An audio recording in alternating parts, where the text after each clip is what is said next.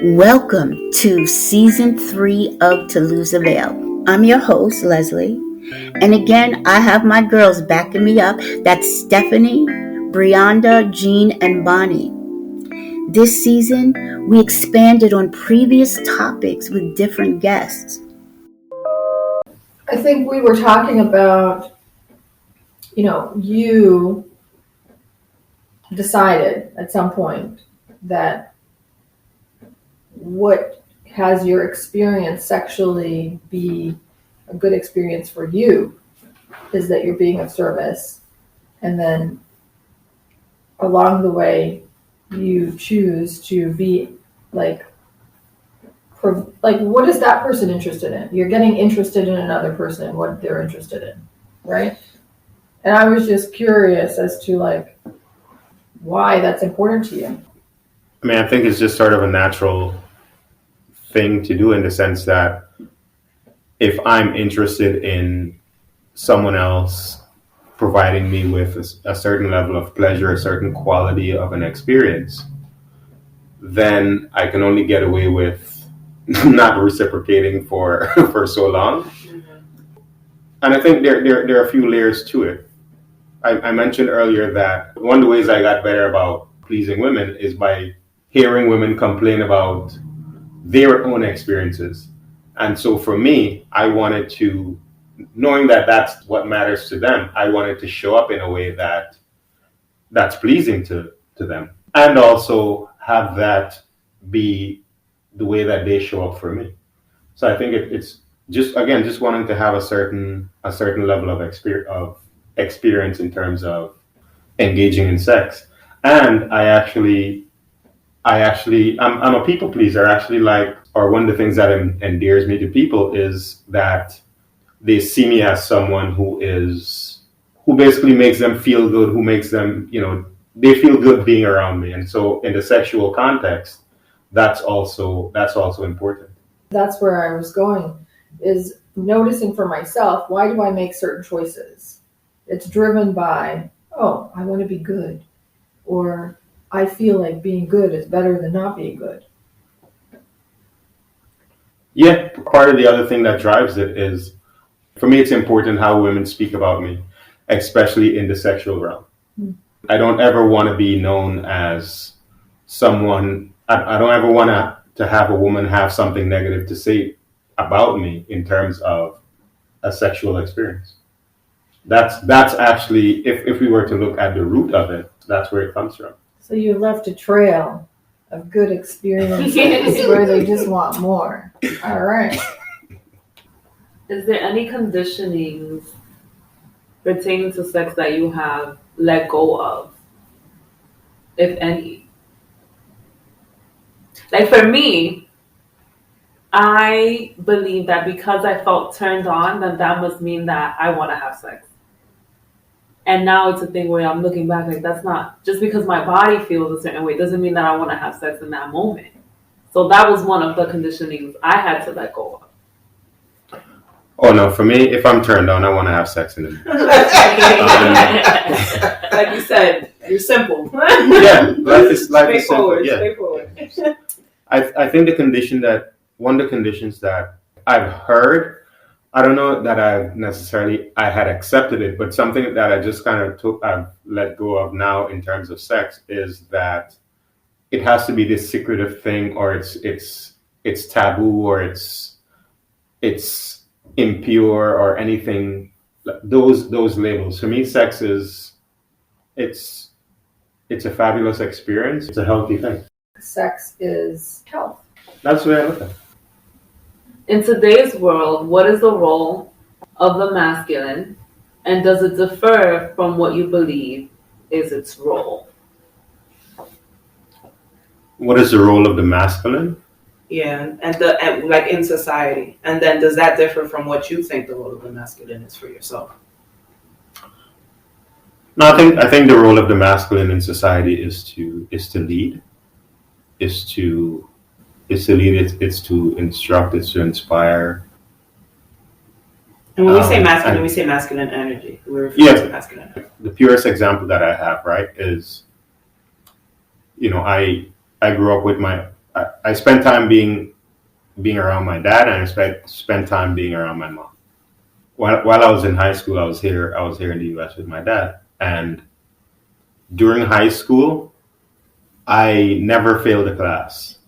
During high school, I only had one incident, and even in having that incident, so I had an incident in high school where after swimming class, I went into the girls' shower rather than the boys, and then I got caught when I was coming out, and I got taken to the principal's office, and they're like, go burn your parents, and to this day, my dad don't know that incident happened, because my dad is such a disciplinarian that had I told him, I would have gotten licks. And instead, I told my older sister about it, and she came and bailed me out. But I say that to say that my dad is revered. I know that with my dad in the house, there's a certain way that I have to walk and talk. There's a certain standard that he sets that I'm not to go below. In the workplace, I have other male figures who fit that mold in that particular environment. As an uncle, there's a way that I show up for my nieces and nephews. As a man, as an uncle, as a figure of authority that lets them know that these are the lines that you can play in. And so for me, I think that role of masculine, and that's just one part of it. I think there in this society, in this country, there are limitations simply because when I'm on the train and I see kids acting a particular way, I don't have the freedom to correct them, to put them in line because of the environment that we are in. However, growing up in Guyana, I couldn't curse around my elders, whether they're related to me or not. I couldn't curse around my elders. I couldn't act up around my elders.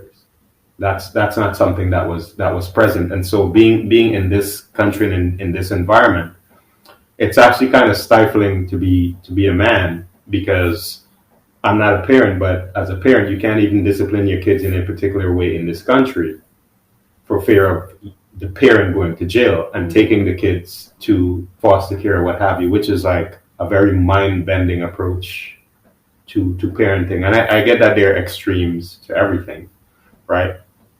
So for me, I think, and it's not even a thought, it's a knowing that the masculine energy, the role of the masculine energy it's needed. It's very integral.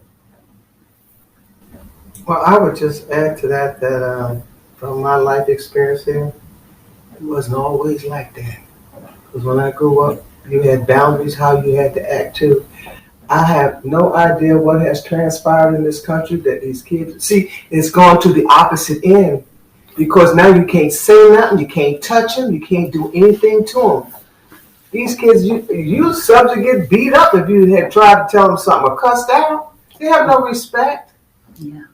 So it's like one extreme or the other. Now, this is not a criticism, but as you were talking, when you spoke of your father, how he carried himself and had expectations, what came up for me, and it may not be true for you, was that if I had been in your shoes, I would have been afraid to come to him to talk to him about sex. I wouldn't have known how he would have reacted. Now, I don't know if that was what was for you. No. For me, it was. I'm. So even as now, I can, and I'm doing it here. I can talk about sex freely. When I was in my teens and even my early 20s, I was a very shy individual. So the topic of sex, I couldn't even. Around my friends, I can speak about it, but to my parents, I was way too shy to engage in that. I tried to talk to my parents, my mother. My father. I could talk with him, but my mother, it'd be like talking to her, and she'd be acting like What are you talking about? Mortified? Yeah, and that was the one I really needed to be able to talk to, so she could tell me of some of the things that a young woman would be experiencing. But it turned out to be my father, and he'd have to tell you got to talk to her about so and so and so and so. You know, so it's for me, I would have been mortified to ask, which is the way I was. I wasn't. Again, I was very sexually awkward up until I got closer to 30. My research was done on my own because I couldn't come to someone. And also I felt in certain ways that certain things were to be figured out on my own rather than, engaging certain people. And so I just kind of did it that way. But no, I could talk to my dad about things, but I just wouldn't. It's easy for me to talk to my dad than my mom because my mom is the one who overreacts, right? Whereas anytime I got in trouble, I can call my dad. And anytime I got in trouble, I did call my dad. Except in high school, because back then he would he would discipline me. Like the last time my dad disciplined me, I was in high school. We had my uncle and his family was living with us, and my uncle's wife, she made breakfast, and she made over easy eggs, which I do not eat. And she made a sandwich with over easy eggs. And I left the sandwich I left the sandwich and the tea on the table, and I went to school.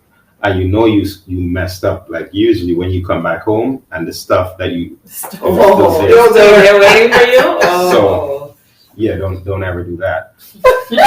So, but that's what I'm saying, right? It's when you talk about discipline and the male energy, and that's what that is, right? It's like I came home and that was still there, and that meant that I was seen. But I could talk to my dad about anything because in the time of crisis, I knew that he wasn't going to make me feel bad for making a mistake. And we can just kind of deal with what is and move forward. Whereas my mom, I have to hear it and then. Well, why did you do it? Yeah. Backtrack. We want to get to the. And then it's like, So for my pops, it's like, we're going to move. So when you talk about your mom and the hearing and her overreacting and obviously this is not personal, right? So because this exists for a lot of people. Yeah. But would you consider this maybe one of the wounds? Like we're interested to know, if there are any wounds that show up in the masculine energy. And then how can the feminine energy actually assist in the healing process of the masculine? So I had a habit where I would just find the negative in things. One time I was talking to her and she was wearing a sweater, and I saw the sweater and I was like, oh, what happened here? And she was just like, you just have to find the bad thing. Nitpick everything. One time I was part of a call, we were part of a team, someone did a call, and then right after she did the call, first thing I got on there and said like, oh, you did X, Y, or Z wrong. And she just snapped. And what that did for me is it helped me to see that what I inherited from my mom was that trait where my mom always found the negative in things. And unwittingly, I picked it up. And I didn't know that I was doing this until people pointed it out to me. And as soon as it was pointed out, I knew the genesis of it. Mm-hmm. As soon as it was pointed out, I knew where it came from. And I also knew that I didn't want to be seen as that person, right? There are other aspects, but for me, I think that's something that I inherited that my mom did. And my mom didn't know that she was passing that on to me, right? But for me, that's the example that comes to mind as you brought the question. So that's a wound, because it was about wounds where women have contributed to wounds that, and how we could heal that. How can we assist in helping to create that, or helping to recreate your experience of that? Yeah. Is that healed now for you? Or what did it take to have that be healed for you? Just the awareness of it. Mm-hmm. For me, all I needed was the awareness of it. Just the awareness of it. Mm-hmm. For me, it's I never expected my parents to get everything right. Obviously, as a child, looking at it through those lens, I wanted to have my way as a child, but as an adult, my parents did the best that they could with the resources that they had, and so I acknowledge the hell out of my parents for that. Yeah. Right. For the job that they did. So I'm not someone who would go back and say, oh, you didn't do, or no, like my parents, no. Look at me. One would hope it's freaking extraordinary. But from an energetic perspective, right? Do you have anything to say or to offer regarding how can the feminine assist in the healing process of the masculine? I think I would say it's quite simple as just responsibility, accountability. Like being accountable and being responsible. Okay. So being accountable to who and what, and being responsible for what? I mean, if we're speaking generally, Mhm. are we speaking generally? It doesn't have to be. Like if you No, have no, some no. examples, we would love to hear it. Some experiences. Ask the question again. How can the feminine energy assist in healing in the process of healing the masculine? In the healing process. In the Not healing, that, sorry, we're in the trying to healing take process. away. Yeah. We're trying to take away the feminine healing the masculine, or the masculine healing the feminine. But it's more of like, Got it. Okay. how can we assist in the healing process of the man as they're doing their thing? Mhm. How can we show up for you? Because you spoke earlier about showing up. Yeah. So how do we show up as well, or how can we, from your perspective?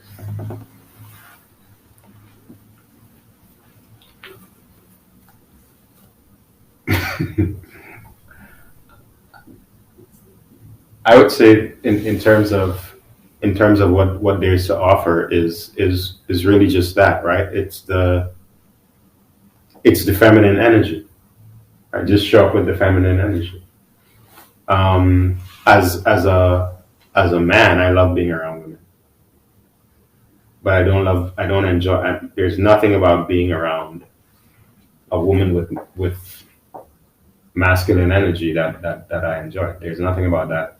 I enjoy being around women who are soft and feminine, right? And just really embodies that feminine energy and aura. That is healing. That is therapeutic. That is nourishing.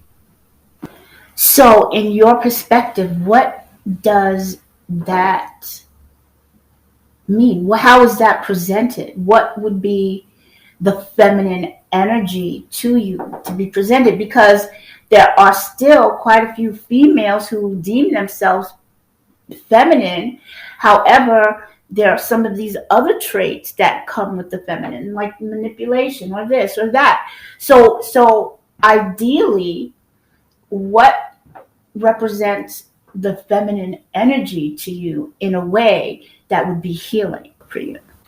One of the best examples I have is my previous relationship. When I showed up at the door, she used to open the door with a smile on her face. And her space was very clean, it was very pristine. We had and again I'm using this example because it's actually the best example that I have, and one that I'm constantly back in, just because of how much I appreciated it and how rare it's been for me to kind of have that level of experience. So, this is someone who I dated for on and off for 4 years. And so every time I go to her house, every time she invited me, I couldn't wait to get there because of who she is and how she is, which is just very soft, very welcoming. And I walk in there and she would just cater to me, right? If I wanted food, I can cook. I'd be like, all right, I'm gonna go make no. Like she would have me sit down and she would fix me a plate. Like after dinner, we would have tea. Like it was just the ease in the experience is what I valued, right? The ease in the experience, the fact that I can whatever as soon as I showed up, it didn't matter. It didn't matter what my day was because I was in a space now where I can just I didn't even have to think about leaving it behind. It was just left as soon as I crossed that threshold. It was just like right, and so for me, that's kind of the experience of what it is, right? So she was very soft, she was very welcoming, and she also allowed, like, she allowed me to be the man, right? So allow my male energy to flourish, while for her, she was flourishing in her female energy, and it was just perfect. Wow. I like that. Mm-hmm. You brought me into that experience with you. I was there. I was in the place too with you. Thank you. So in listening to what you're saying you were catered to, you felt nurtured, and in return, she allowed you to lead and set boundaries and set the pace of the relationship. Yeah. Okay. Hearing Lancelot speak about his experience reminded me of similar experiences that I've had where I engage with either a friend or my partner, and they're a cisgendered male, but expressing in a balanced way their feminine energy. So I'll come over, they'll cater to me, and they'll ask me what I want and give it to me, and usually in the form of a meal because your girl likes to eat, and or we'll just like engage in really good conversation, something as simple as that, and we're really listening to each other, and even if we don't agree on something, it's there's like no contention there. It's just a real, like Lancelot said, it's a real easeful exchange, and so it got me to thinking about like, what does it look like to be balanced in your feminine expression or your masculine expression? What does it look like coming from any person, So one of the words I was thinking was like, or what does it feel like? It feels easeful, what else? So I was wondering, like, what does that look like for any of you? If you had to think of like one word or one experience, like, and kind of sum that up in a word or two, what would that be? Like a balanced expression of an energy, of our energy. Flow. What about you, Bonnie? Freedom. Authenticity. Yes. Ease. Yes. How about you, Leslie? What word shows up in your brain or in your heart when you think of a person that's balanced in their energy? I agree, ease. And I think there's a quiet confidence that person would exude. Yeah, because they feel safe being who they are, no matter what. I think that's also a big one too, safety. I think the person feeling safe within their body and then creating a safe space for others to, come into, whoever that person happens to be. That's also a big one. So safety, ease, flow, freedom. Mm-hmm. Yeah. So that's what I was thinking about. I just wanted to I think that's a good way to highlight that. That's a good way to end our segment. Totally. I feel really nourished by the conversation today, and I'm like totally coming away with so many more questions, and I know that which is a this great is thing, our right? time. Yeah. It's an ongoing dialogue. I mean, this is just us figuring it out as we go. This is great, yeah. Okay, bye. Thank you so much, Lancelot. Thank you so much for your presence and your perspective and your authenticity. Openness. Yeah, honesty. Yeah. It's great. We appreciate it. We really, really do. Thank you, and I appreciate the opportunity to to engage in the conversation it's been refreshing to just talk and just reflect on things that I don't necessarily think about on a day-to-day basis, but to be able to put everything in words and trust that it has value for others. Appreciate you. Love you. Definitely.